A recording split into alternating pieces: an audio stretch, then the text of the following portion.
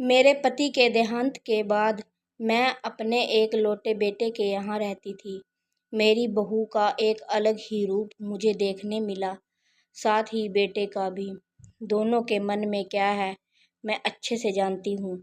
वो चाहते हैं कि मैं वृद्धाश्रम चली जाऊँ। उनके जाने के बाद मुझे यह सब देखना और सुनना पड़ेगा, इसका मुझे अंदाज़ा भी नहीं था। पर मैं मन मान कर अपने बेटे और बहू की बातें सुनकर भी यहाँ रहती हूँ, क्योंकि मुझे मेरे पोते पोती दिखाई देते हैं। उनकी झलक पाकर मुझे सुकून मिलता है।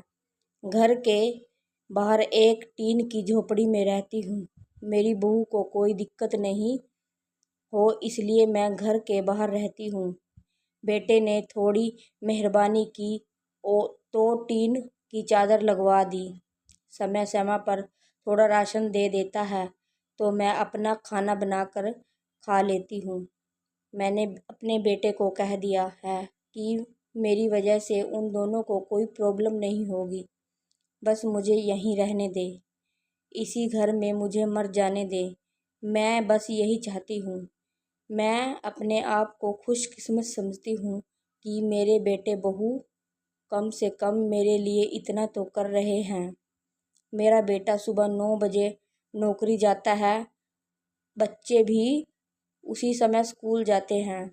फिर शाम को 6 बजे मेरा बेटा वापस आता है। बच्चे 3 बजे आते हैं। उन्हें आते जाते निकलते देख मुझे बड़ा सुकून मिलता है। मेरे पति के दोस्त जब कई दिन बाद आए, मेरे पति के दोस्त थे, उनकी पत्नी का भी स्वर्गवास हो गया था।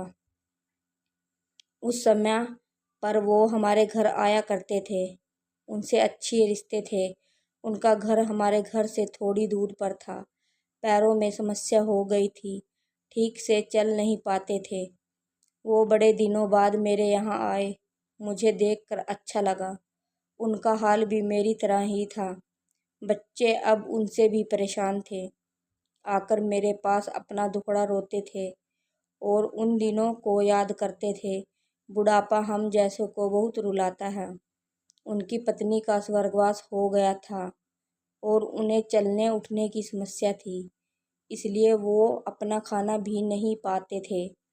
मेरे पास आए तो मैं समझ गई कि यह इतनी मुसीबत में चल कर पुराने दोस्तों के यहाँ चाय और खाने की चाह में ही आए होंगे। उनकी भी अपनी मजबूरी थी। वो यहाँ आए तो मैंने उनके लिए खाना बनाया और उन्हें खिलाया। मना कर रहे थे नहीं खाना, लेकिन मुझे पता था कि उन्हें भूख लगी है। बहू ने खाना नहीं दिया। मेरी बहू ने मुझे और उन्हें खाना खाते देख लिया।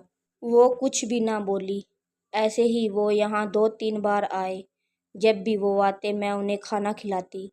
फिर उनके जाने के बाद जब मेरा बेटा आया तो बहू कहती है कि तुम्हारी माँ कितनी बेशर्म है, पता नहीं किस किस को आजकल बुला कर खाना खिला रही है।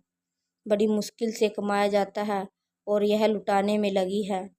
इनका राशन बंद करो, कुछ दिन भूखी रहेगी तो अकल टिकाने आएगी। मैंने कहा कि मैं अपने हिस्से का उन्हें खिलाती हूँ। तुम्हारे पिता के पुराने मित्र हैं। फिर भी बहू का उल्टा सीधा बोलना शुरू रहा। घर के बाहर रहकर इनको आज़ादी मिल गई है, पता नहीं क्या क्या करती है। बेटा भी बोला कि कुछ दिन भूखा ही रहने दो इन्हें। मुझे मेरे बेटे ने घर के पीछे सीढ़ी के पास ले जाकर बिठा दिया। कहा कि अब यहीं बैठो। मेरे तो अब आंसू भी सूख गए थे। अगले दिन मुझे खाना नहीं मिला। मेरे टीन के उस छोटे से कमरे को बहू ने तोड़ दिया। तब मुझे लगा कि अब मैं गलत कर रही हूँ। एक दिन पूरा भूखा रहने के बाद मैंने सोचा कि मैं गलत कर रही हूँ। मुझे अब अपने बेटे के यहाँ नहीं रहना चाहिए और शायद गलती मेरी ही है। मेरी ही परवरिश में कोई कमी रही है, तभी तो यह परिणाम आया। अगली सुबह मैंने अपने बेटे को कहा कि मुझे वृद्धाश्रम छोड़ आ। अब मैं तुम दोनों को ज़्यादा परेशान नहीं करना चाहती। बहू ने कहा कि एक दिन भूखी रही तो अकल ठिकाने आ गई। बेटे के चेहरे पर अजीब सी खुशी थी। जल्दी से तैयार हो गया मुझे छोड़ने के लिए। बहू कह रही थी कि आज छुट्टी ले ले, यही यहीं आसपास मत छोड़ आना, कहीं 2-3 दिन में वापस ना आ जाए। मैंने अपनी बहू से कहा कि बेटी चिंता मत कर, अब मैं नहीं आऊँगी। मैंने अपने पोते पोती को गले लगाया। मुझे पता था कि अब मिलना नहीं हो पाएगा। बेटे को भी चाहती थी कि एक बार जी भर के गले लगा लूं, लेकिन वो बोला चलो जल्दी करो। मैंने बहू को कहा कि बेटी अपना ध्यान रखना। मेरा बेटा मुझे छोड़ आया। वहाँ आकर मैंने देखा कि मेरी तरह कई हैं, थोड़े ही दिन उदास रहे हैं, फिर सच को स्वीकार कर लेते हैं। मैं अब खुश हूँ, कुछ काम भी करती हूँ। मैं चाहती हूँ कि ऐसा कहूँ कि ऐसा किसी के साथ ना हो, लेकिन ऐसा कब किसके साथ हो जाए कोई बता नहीं सकता। लेकिन माँ बाप को ऐसे समय के लिए तैयार रहना चाहिए। बस बच्चों को पाल कर बड़ा कर दो, उनसे उम्मीद मत रखो।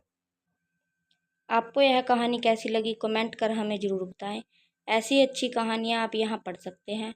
अगर आप चैनल पर नए हैं तो चैनल को सब्सक्राइब करें, लाइक करें और अपने दोस्तों में शेयर करें। Thank you so much for your support.